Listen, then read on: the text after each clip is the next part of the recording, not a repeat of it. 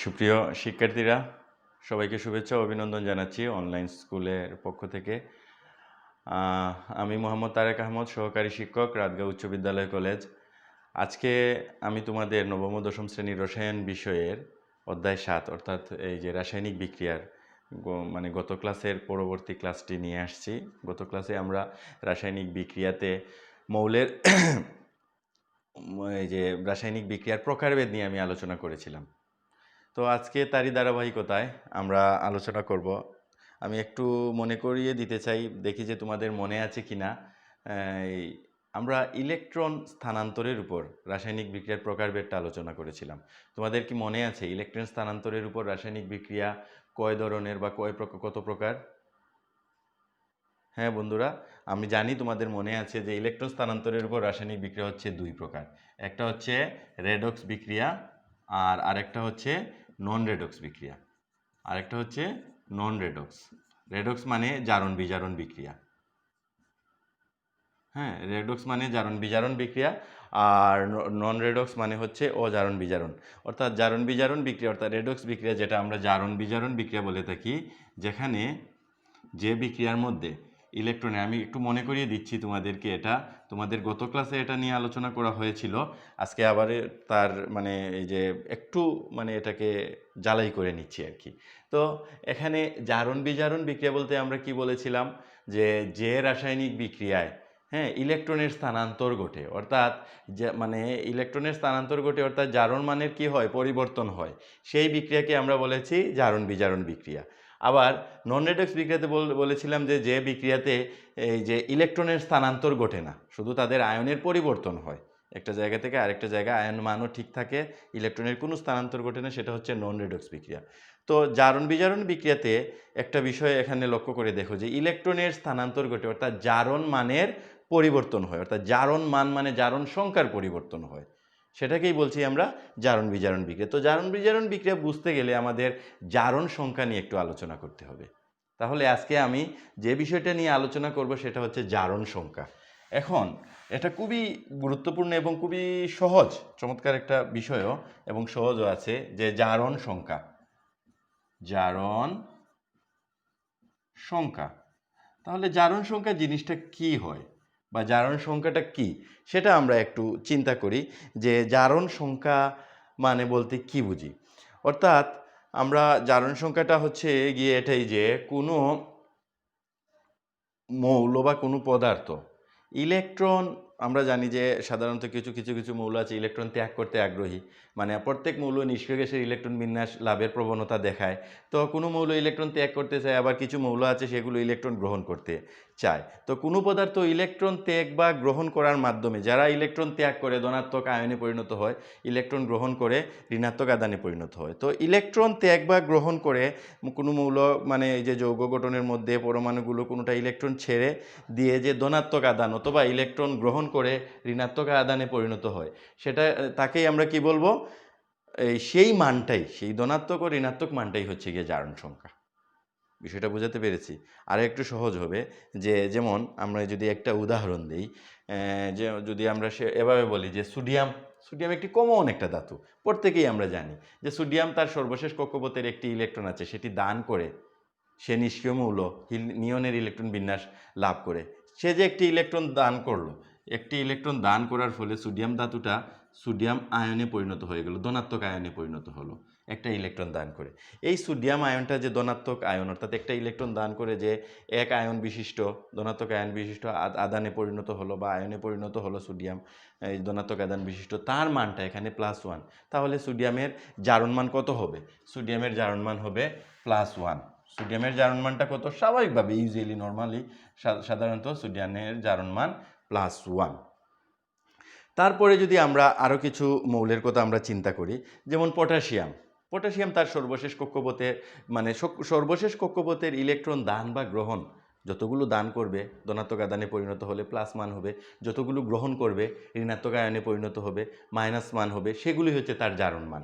তো আমরা যদি এখন চিন্তা করি পটাশিয়ামের কথা, পটাশিয়ামও তার সর্বশেষ কক্ষপথের একটা ইলেকট্রন দান করে ধনাত্মক আয়নে এই যে তার পরিণত হয়, তাহলে তার জারণ মান হচ্ছে গিয়ে +1।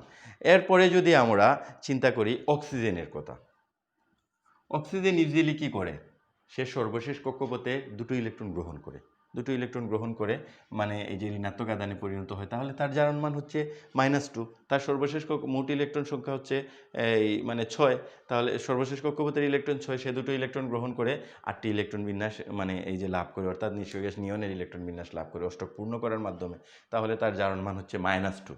ঠিক আছে, ঠিক কীভাবে, তবে এখানে অক্সিজেনের বেলায় একটু ভিন্নতা আছে, আমি একটু আলোচনা করব একটু পরে।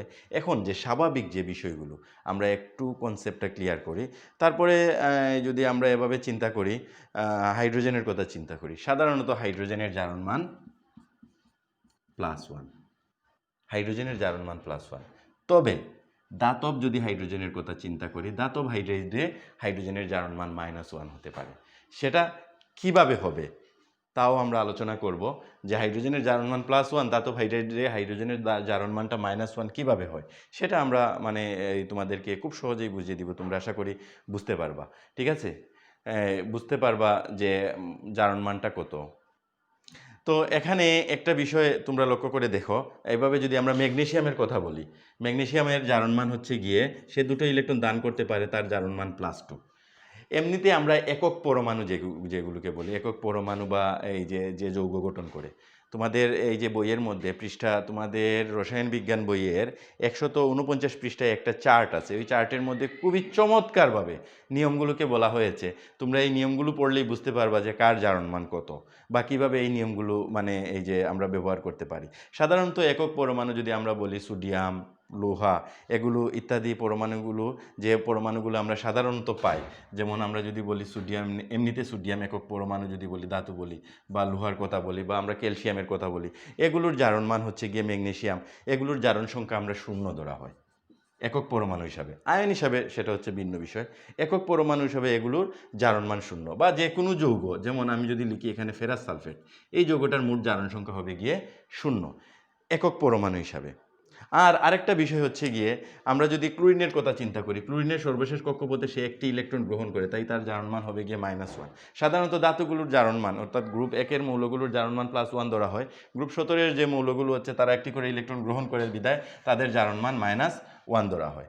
এখন সুপ্রিয় শিক্ষার্থীরা, আমরা যদি মানে এভাবে চিন্তা করি যে জারণ সংখ্যা নির্ণয়ের ক্ষেত্রে আমাদের অবশ্যই কিছু মৌলের সাধারণ জারণ মানগুলো মনে রাখতে হবে। আমি নিয়মটা ধাতব হাইড্রাইডের বেলায় যাচ্ছি না, বা অক্সিজেনের এখানে বেলায় কিছু ব্যতিক্রম আছে, ব্যতিক্রমগুলো নিয়ে আমি প্রথমে জারণ সংখ্যা নির্ণয়টা কিভাবে সেটা নিয়ে একটু আলোচনা করে নিই, তাহলেই তোমাদের বাকিগুলো সহজ হয়ে যাবে। তো জারণ সংখ্যা নির্ণয় করতে হলে বেসিক কয়েকটি মৌলের জারণ মান আমাদের জানতে হবে।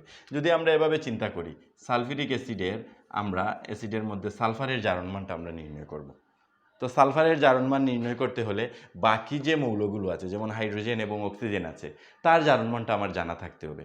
যদি আমরা হাইড্রোজেন এবং অক্সিজেনের জারণ মানটা আমরা জানি, তাহলে আমরা সহজেই এই যে বাকি মৌলগুলোর জারণ সংখ্যাটা আমরা নির্ণয় করতে পারবো।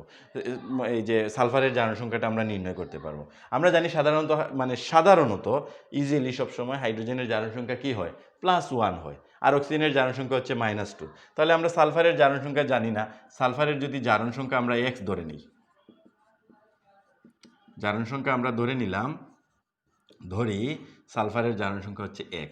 আমরা তো জানি যে একটি যৌগের মোট জারণ সংখ্যাটা সবসময় 0 হয়, একটি যৌগের মোট জারণ সংখ্যাটা এখানে কি হয়, 0 হয়। তাহলে এখানে সালফারের জারণ সংখ্যা যদি x ধরি, হাইড্রোজেনের জারণ সংখ্যা আমরা সবসময় জানি +1, এখানে হাইড্রোজেন আছে দুটো, +1 × 2, প্লাস সালফারের জারণ সংখ্যা x, এখানে একটাই সালফার আছে, অক্সিজেনের জারণ সংখ্যা -2 ইন্টু কী হবে 4টা অক্সিজেন = 0। আমি এটাকে একটু আলাদা করে নিচ্ছি। তাহলে এখানে কি দাঁড়ালো, 2 + x - 8 = 0। তাহলে এখানে 8 থেকে 2 মাইনাস হলে -6 থাকে, তাহলে -6 ওই পাশে চলে গেলে +6 হয়ে গেল, অর্থাৎ সালফারের জারণ সংখ্যা হচ্ছে +6, অর্থাৎ সালফারের জারণ সংখ্যা কী হচ্ছে, +6 হচ্ছে। এভাবে আমরা সালফারের জারণ সংখ্যা নির্ণয় করতে পারি। তবে এখানে আমাদের লিখলে ভালো হয় যে মৌলগুলোর জারণ সংখ্যা জানা আছে সেগুলোর জারণ সংখ্যা উল্লেখ করে নিয়ে, আর আমরা জানি যে নিরপেক্ষ যৌগ বা নিরপেক্ষ মৌলে তার জারণ সংখ্যা 0। তবে একটা বিষয় মনে রাখতে হবে, যদি কোনো আয়নের মানে জারণ মান নির্ণয় বলে, ধরো এখান থেকে যদি আমি সালফেট আয়নের কথা বলি, তাহলে সালফেট আয়নের জারণ মান হচ্ছে -2।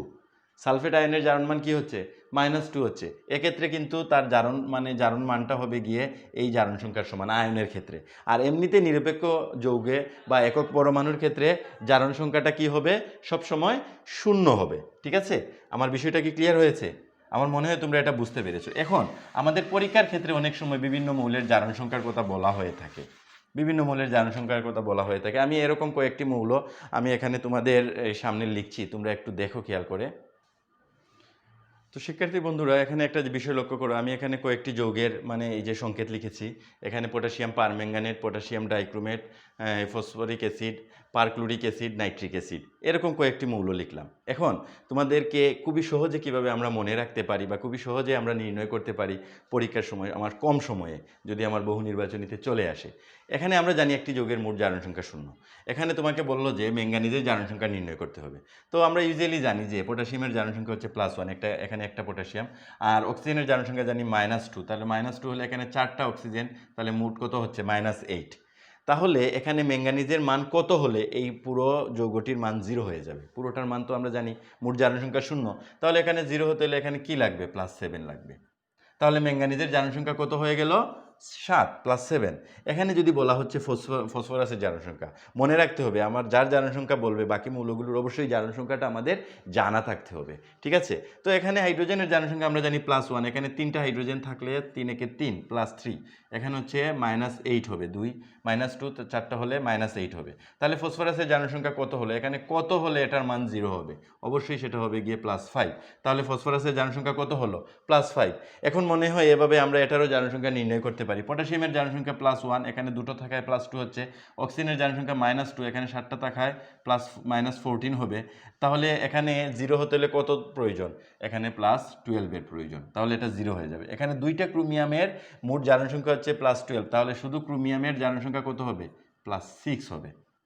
কথাটা কি তোমাদের বুঝাতে পেরেছি? আমার মনে হয় যে তোমাদের এখানে ইজি হয়ে গেছে। ঠিক একইভাবে এটার যদি আমরা জারণ সংখ্যা নির্ণয় করি, এটা হবে +1, এটা -8, তাহলে এখানে কত হবে? +7 হলে পারক্লোরিক অ্যাসিডে ক্লোরিনের জারণ সংখ্যা হচ্ছে +7। ঠিক আছে, ঠিক একইভাবে এখানে নাইট্রিক অ্যাসিডের জারণ সংখ্যা যদি আমরা নির্ণয় করি, এটা +1, এটা হবে -6, তখন নাইট্রোজেনের জারণ সংখ্যা হবে +5। অর্থাৎ তার আদান সংখ্যার সমান, যতটি ইলেকট্রন প্লাস হলে ততটি ইলেকট্রন সে দান করতে পারবে, মাইনাস হলে ততটি গ্রহণ করতে পারবে। আমার মনে হয় তোমরা যদি এভাবে পরীক্ষার সময় সহজে বের করে নিতে পারবে, এটা বহু নির্বাচনীর ক্ষেত্রে কম সময়ে বের করতে পারবা। আর যদি আমাদেরকে এখানে এই যে 2 নম্বরের প্রশ্ন বা অন্য এই যে সৃজনশীলে দেয়া হয়, তাহলে আমরা জারণ সংখ্যাটা আমাদের সাধারণ নিয়মে করব। তো এখন তোমরা দেখো একটা বিষয়, আমরা বলেছিলাম যে হাইড্রোজেনের জারণ সংখ্যা, সাধারণত হাইড্রোজেনের জারণ সংখ্যা +1, কিন্তু দাতব হাইড্রোজেনের জারণ সংখ্যা হচ্ছে -1। এখানে আমি এই যে হাইড্রোজেনের দুটো মৌল আমি এখানে লিখছি। একটি হচ্ছে, মনে করো আমার বইয়ে দেয়া আছে যেটা লিথিয়াম অ্যালুমিনিয়াম হাইড্রাইড, এবং আমি লিখলাম একটা মৌল সোডিয়াম হাইড্রাইড, বা আমার বইয়ে যেটা দেয়া আছে লিথিয়াম অ্যালুমিনিয়াম হাইড্রাইড, এটা মনে হয় দেয়া আছে আমাদের বইয়ের মধ্যে। হ্যাঁ, আর এরপরে যদি আমি ঠিক একইভাবে বইয়ের মধ্যে আরেক এই যে একইভাবে যদি আমি লিখি ক্যালসিয়াম হাইড্রাইড, আরেকটা মৌল লিখে নিলাম ক্যালসিয়াম হাইড্রাইড, ক্যালসিয়াম হাইড্রাইড, মনে হয় ক্যালসিয়াম হাইড্রাইডটা এভাবে হবে। ঠিক আছে, ক্যালসিয়াম হাইড্রাইড। তো এই যে আমি এখানে এগুলো লিখলাম, আমরা জানি সাধারণত সোডিয়ামের জারণ সংখ্যা +1, তাহলে এখানে এই যৌগটির মোট জারণ সংখ্যা যদি 0 হতে হয়, তাহলে অবশ্যই হাইড্রোজেনের জারণ সংখ্যা কত হতে হবে? -1 হতে হবে। তাহলে হাইড্রোজেনের জারণ সংখ্যা কি দাঁড়ালো? -1 হয়ে গেল। এখানে আমরা জানি যে লিথিয়ামের জারণ সংখ্যা হচ্ছে গিয়ে কত? লিথিয়ামের জারণ সংখ্যাটা হচ্ছে +1। ঠিক আছে, আচ্ছা, অ্যালুমিনিয়ামের হচ্ছে গিয়ে +3। ঠিক আছে, অ্যালুমিনিয়ামের হচ্ছে +3, তাহলে হাইড্রোজেনের জারণ সংখ্যাটা কত হবে? এখানে 0 হতে হলে অবশ্যই আমার প্রয়োজন -4, তাহলে 4টা হাইড্রোজেন যদি -4 হয়, তাহলে হাইড্রোজেনের জারণ সংখ্যা কী হবে? -1 হবে। ঠিক একইভাবে এখানে ক্যালসিয়ামের জারণ সংখ্যা +2, তাহলে অবশ্যই একটা 0 হতে হলে আমার তো এখানে 0 হতে হবে। 0 হতে হলে এখানে হাইড্রোজেনের জারণ মান চলে আসছে -2, এখানে দুইটা হাইড্রোজেনের জারণ মান -2 হলে শুধু হাইড্রোজেনের জারণ মান হবে -1। তাহলে কি আমার এই বিষয়টা বুঝতে ক্লিয়ার হয়েছে যে দাতব হাইড্রোজেনের জারণ সংখ্যা হচ্ছে -1। তো আরেকটা বিষয় হচ্ছে গিয়ে অক্সিজেনের ক্ষেত্রেও আমরা কিছুটা ব্যতিক্রম আমরা দেখি, যে অক্সিজেনের জারণ সংখ্যাটা কি, বা অক্সিজেনের জারণ সংখ্যা নির্ণয় করতে গিয়ে কিছুটা এই যে আমাদের এখানে পরিবর্তন দেখা যায়। তো অক্সিজেনের জারণ সংখ্যা আমরা এমনিতে জানি -2, অক্সিজেনের জারণ সংখ্যা হচ্ছে -2, কিন্তু পার অক্সাইডে সেটা বলা হচ্ছে -1 এবং সুপার অক্সাইডে সেটা বলা হচ্ছে -1/2। তাহলে সেটা কিভাবে হলো এটা আমরা একটু দেখি। যেমন আমি যদি এভাবে লিখি, এটা হচ্ছে পটাশিয়াম অক্সাইড, অক্সাইডের জারণ সংখ্যা, এটা হচ্ছে পটাশিয়াম অক্সাইড, ঠিক আছে। আর এটা যদি লিখি এভাবে KO2, তাহলে এটা হবে potassium super oxide, potassium super oxide. আমি যদি আবার অন্যভাবে লিখি, তাহলে যদি অন্য মৌল লিখি সোডিয়াম অক্সাইড, আর যদি এটাকে এভাবে লিখি সোডিয়াম পার অক্সাইড, সোডিয়াম পার অক্সাইড, অথবা এখানে যদি এভাবে লিখি H2O2, তাহলে হাইড্রোজেন পার অক্সাইড। ক্লিয়ার বিষয়টা? এবার আসি, আমরা জানি যে কোনো যৌগের মোট জারণ সংখ্যার মোট জারণ কত? 0। তাহলে এখানে পটাশিয়াম অক্সাইড, পটাশিয়ামের জারণ সংখ্যা হচ্ছে +1, এখানে দুটো থাকায় +2 হচ্ছে, তাহলে অক্সিজেনের জারণ সংখ্যা হবে এখানে -2। সাধারণ নিয়ম, সাধারণত অক্সিজেনের জারণ সংখ্যা -2। কিন্তু আমরা এটার ক্ষেত্রে এভাবে দেখি, সোডিয়ামের ক্ষেত্রে +1, 2 একে 2, এটা -2 হচ্ছে, অক্সিজেনের জারণ সংখ্যা -2। কিন্তু পার অক্সাইডের ক্ষেত্রে এখানে হচ্ছে +2। অবশ্যই একটা মৌলের মোট জারণ সংখ্যা 0 হতে হবে, একটা যৌগের মোট জারণ সংখ্যা কী হতে হবে? 0 হতে হবে। তাহলে এখানে অক্সিজেনের জারণ সংখ্যা কত হবে? -2। দুটো অক্সিজেনের জারণ সংখ্যা যদি -2 হয়, তাহলে অক্সিজেনের জারণ সংখ্যা হবে এখানে -1। ঠিক একইভাবে এটার ক্ষেত্রেও সেম জিনিসটা হচ্ছে, অক্সিজেনের পার অক্সাইডে অক্সিজেনের জারণ সংখ্যা -1। এবার আসি আমরা সুপার অক্সাইডের ক্ষেত্রে। পটাশিয়ামের জারণ সংখ্যা আমরা জানি +1, তাহলে অক্সিজেনের জারণ সংখ্যা এখানে মোট যদি 0 হতে হয়, তাহলে এখানে অবশ্যই -1 হতে হবে। তাহলে দুইটা অক্সিজেন সমান যদি -1 হয়, শুধু অক্সিজেন সমান কী হবে? -1/2। বিষয়টা ক্লিয়ার হয়েছে? আমার মনে হয় যে আমার মানে প্রিয় শিক্ষার্থীদের, নবম দশম শ্রেণীর শিক্ষার্থীদের এটা খুবই মানে সহজে এটা মানে বিষয়টা তোমরা বুঝতে পেরেছো। তো এই হচ্ছে গিয়ে দুটোর ক্ষেত্রে ব্যতিক্রম। তোমাদের বইয়ের মধ্যে খুবই চমৎকারভাবে নিয়মগুলো দেয়া আছে, এবং তোমরা এটার মাধ্যমে জারণ সংখ্যা আমি মনে করি যে নির্ণয় করতে হবে। এখানে আরেকটা বিষয় লক্ষ্য করা যায়, যখন আমরা এই যে জারণ সংখ্যা, তাহলে এটাকে আমরা কিভাবে আমরা সংজ্ঞায়িত করব? সংজ্ঞায়িত এটা এভাবেই করব যে কোনো অণু বা পরমাণুসমূহ কী করে? কোনোটি ইলেকট্রন ছেড়ে দেওয়ার প্রবণতা, আবার কোনোটা ইলেকট্রন গ্রহণ করার প্রবণতা দেখায়। তাহলে কোনো পরমাণু যদি ইলেকট্রন ছেড়ে দিয়ে ধনাত্মক চিহ্নযুক্ত আয়ন, বা ধনাত্মক চিহ্নযুক্ত যদি যে মানে ইলেকট্রন দান করে যে ধনাত্মক আয়নে পরিণত হয়, তার চিহ্নযুক্ত সংখ্যা, অথবা ইলেকট্রন গ্রহণ করে ঋণাত্মক চিহ্ন মানে যে আয়নে পরিণত হয়, তার চিহ্নযুক্ত সংখ্যা দিয়ে প্রকাশ, যে সংখ্যা হবে প্লাস হলে প্লাস, মাইনাস হলে মাইনাস, ওই সংখ্যাটাই হচ্ছে তার জারণ সংখ্যা। তাহলে তোমাদের আমার মনে হয় যে জারণ সংখ্যা নির্ণয় এবং এই যে জারণ সংখ্যার যে নিয়মগুলো আছে তোমরা আত্মস্থ করতে পারবা। এটা কিন্তু মুখস্থর বিষয় না, এটা তোমাদেরকে আত্মস্থ করতে হবে, মনে রাখতে হবে। মনে রাখতে হবে, বিষয়টা অনুধাবন করতে হবে। তুমি যদি ভালো করে অনুধাবন করতে পারো, আশা করি তোমরা এটা বুঝতে পারবা। তো এখানে একটা সূক্ষ্ম বিষয় আছে, সবার শেষে দেখা যায় যে আমরা অনেক সময় এটা মানে এই যে তালগুল পাকিয়ে নেই, জারণ সংখ্যা এবং যোজনী। জারণ সংখ্যা এবং যোজনী কিন্তু এক না। জারণ সংখ্যা হলো পরমাণুর ধনাত্মক বা ঋণাত্মক উপস্থিত চার সংখ্যা চিহ্নযুক্ত, একটা ধনাত্মক সংখ্যা হলে প্লাস, ঋণাত্মক সংখ্যা হলে এবং মানে এটা। আর যোজনী হচ্ছে একটা মৌল যতগুলো ইলেকট্রন মানে অষ্টক পূরণের জন্য যতগুলো ইলেকট্রন দিতে পারে, অথবা তার সর্বশেষ কক্ষপথের মানে বেজুর ইলেকট্রন সংখ্যাটাই হচ্ছে তার যোজনী। বেজুর ইলেকট্রন সংখ্যা হচ্ছে যোজনী। যোজনী কোনো সময় ধনাত্মক ঋণাত্মক চিহ্নযুক্ত হয় না, যোজনীর মানে এক। আরেকটা বিষয় হচ্ছে, জারণ সংখ্যা হতে পারে ধনাত্মক সংখ্যা, ঋণাত্মক সংখ্যা, পূর্ণ সংখ্যা, এমনকি ভগ্নাংশ সংখ্যা এবং 0 হতে পারে। কিন্তু যোজনী সবসময় কি হয়? যোজনী হলো একটি মানে এই যে এই যোজনীটা ধনাত্মক বা ঋণাত্মক হয় না, এটা পূর্ণ সংখ্যা হয়। আর আরেকটা বিষয় হচ্ছে, যোজনী হচ্ছে যে একটি মৌল অন্য মৌলের সাথে কতটা ইলেকট্রন আদান প্রদান করে বা শেয়ার করে, এই যে মানে যুক্ত হওয়ার যে সামর্থ্যটা, সেটাই হবে গিয়ে তার যোজনী। তো মনে হয় তোমাদের এই বিষয়টা ক্লিয়ার হয়েছে। আমি আগামী ক্লাসে জারণ বিজারণ, জারণ সংখ্যা যদি আমাদের ক্লিয়ার হয়ে যায়, আমরা জারণ বিজারণ নিয়ে ইনশাল্লাহ আলোচনা করব। আর সব শেষে তোমরা সবাই ভালো থাকো, ভালো এই প্রত্যাশা করি, এবং ভালো থাকবা সেটাই প্রত্যাশা থাকবে, এবং সবাই এই যে নিরাপদে থাকবা। সবাইকে ধন্যবাদ।